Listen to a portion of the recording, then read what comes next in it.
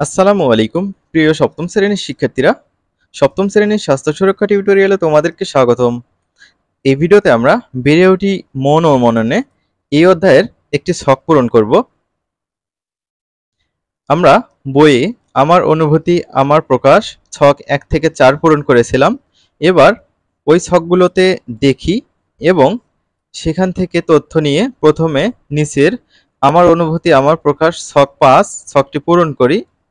এরপর আরও যে অনুভূতিগুলো হয় এবং যেভাবে তা প্রকাশ করি তাও নিচের ছকে যোগ করি। তো শিক্ষার্থীরা এখানে দেখতে পাচ্ছ ছকের হেডিং ছক 5 আমার অনুভূতি আমার প্রকাশ। তো আমার অনুভূতিগুলো এখানে লিখতে হবে প্রথম কলামে, যেগুলো বক্স ফাঁকা রয়েছে অন্য অন্য অনুভূতিগুলো লিখে আমরা এই ছকটি পূরণ করব। তো চলো আমরা এই ছকটি পূরণ করে ফেলি। তোমরা যারা এখনো চ্যানেলটি সাবস্ক্রাইব করো নাই কাইন্ডলি চ্যানেলটি সাবস্ক্রাইব করে রাখবে পরবর্তী ভিডিওগুলো পাওয়ার জন্য।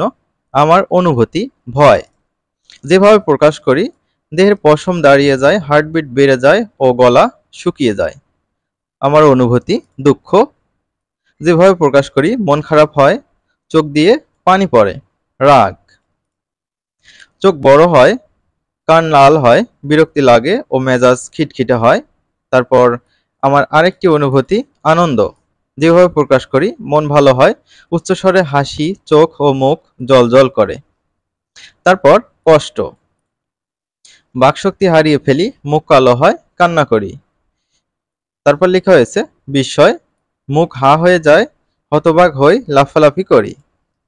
দুশ্চিন্তা, দুশ্চিন্তা হলে যেভাবে প্রকাশ করি ঘুম হয় না, বিষণ্ণ দেখায়, কোনো কিছু ভালো লাগে না। তো শিক্ষার্থীরা আশা করছি তোমরা এটি বুঝতে পেরেছো। আমরা পরবর্তী ভিডিওতে পরবর্তীতে যে ছকগুলো থাকবে সেগুলো পূরণ করব ইনশাল্লাহ।